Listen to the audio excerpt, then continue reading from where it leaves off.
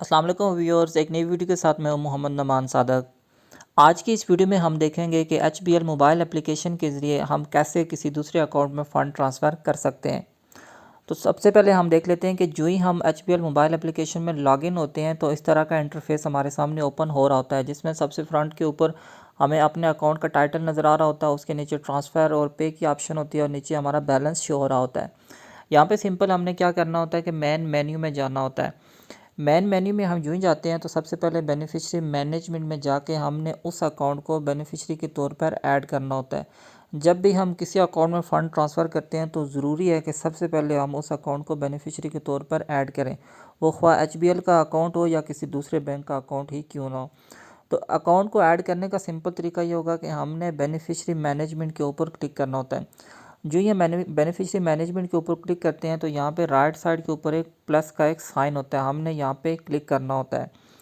जो ही हम इस साइन के ऊपर क्लिक करते हैं तो हमारे सामने ऑप्शन आ जाती है कि आपका जो बेनिफिशियरी है जिसको आप फ़ंड ट्रांसफ़र कर रहे हैं वो किस बैंक का अकाउंट है। तो मैं अभी बैंक अल हबीब के एक अकाउंट में फ़ंड ट्रांसफ़र करके आपको दिखाता हूँ। तो हमने यहाँ से जो भी हमारा मुतल्लिका बैंक होगा हमने वहाँ से सिलेक्ट करना। तो मैं बैंक अल हबीब को यहाँ से सिलेक्ट कर लेता हूँ। जो ही बैंक अल हबीब को मैं सेलेक्ट करूँगा तो उसके बाद लिखा हुआ आ जाता है कि आप अपना अकाउंट नंबर यहाँ पे दर्ज करें। तो हम यहाँ पे अपना account number with branch code यहाँ पे लिखेंगे।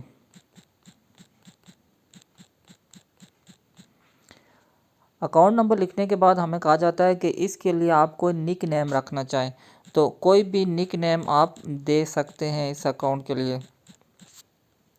उसके बाद ये ऑप्शनल है कि आप ईमेल एड्रेस लिखना चाहते हैं या मोबाइल नंबर अगर आप लिखना चाहते हैं तो आप वो भी यहाँ पे लिख सकते हैं, अदरवाइज़ आप नेक्स्ट के ऊपर क्लिक कर दें।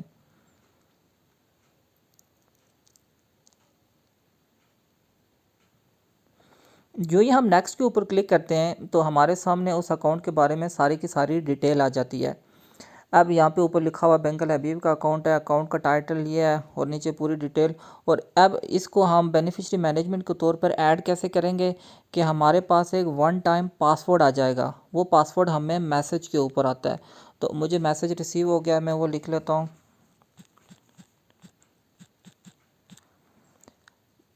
जो वन टाइम हमारे पासवर्ड आएगा ये सिर्फ अभी इसी बेनिफिशियरी मैनेजमेंट के तौर पर जो हम इसको मैनेज करेंगे इसी के लिए यूज़ होगा। जितने हम बेनिफिशियरी ऐड करते जाएंगे हर एक के लिए पासवर्ड हमें नए सिरे से आता रहेगा। तो जो ही ये पासवर्ड जो वन टाइम पासवर्ड आता है वो एंटर करने के बाद हमने फिर नेक्स्ट के ऊपर क्लिक कर देना है। तो इस तरह देखिए हमें लिखा हुआ आ गया है कि न्यू बेनिफिशियरी जो है वो ऐड हो गया सक्सेसफुली।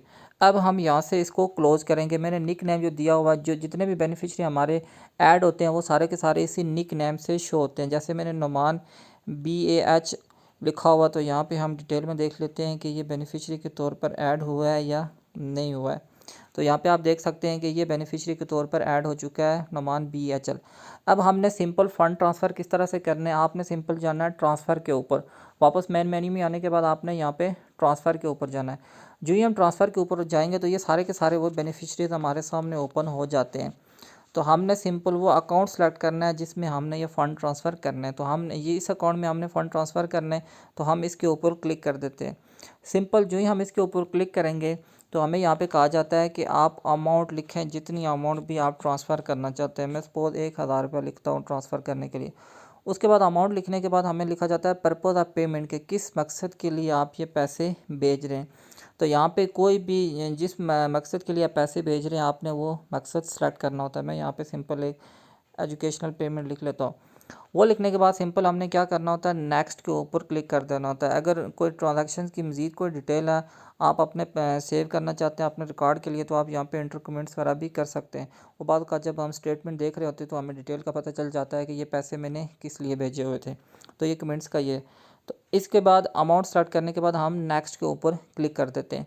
जो ही हम नेक्स्ट के ऊपर क्लिक करते हैं तो हमें कहा जाता है कि ट्रांजैक्शन पासवर्ड आप यहाँ पे एंटर करें। तो अब हम यहाँ पे ट्रांजैक्शन पासवर्ड एंटर करते हैं। ट्रांजैक्शन पासवर्ड एंटर करने के बाद हम फिर ट्रांसफ़र के ऊपर क्लिक कर देते हैं।